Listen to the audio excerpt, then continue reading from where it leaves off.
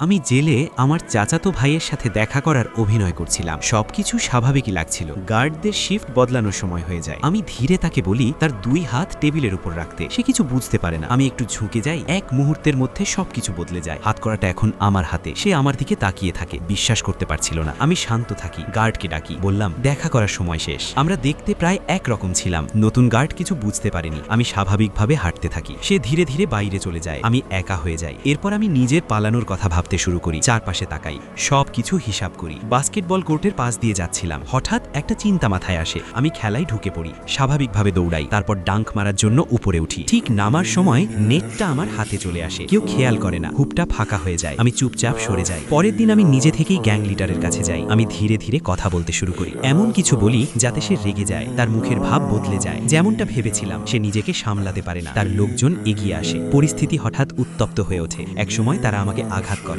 সবকিছু খুব দ্রুত ঘটে যায়। আমি মাটিতে পড়ে যাই। তারপর সব অন্ধকার হয়ে আসে। আমি হাসপাতালে জেগে উঠি, চুপচাপ শুয়ে থাকি, চারপাশ দেখি। ঠিক তখন আমার চোখ পড়ে একটা জিনিসে, যেটার জন্য আমি এখানে এসেছি, ওই বিশেষ ওষুধটা। আমি হাত বাড়িয়ে সেটা নিই, ধীরে ধীরে শক্ত করে ধরি। এবার আমি পরের ধাপের জন্য প্রস্তুত হই।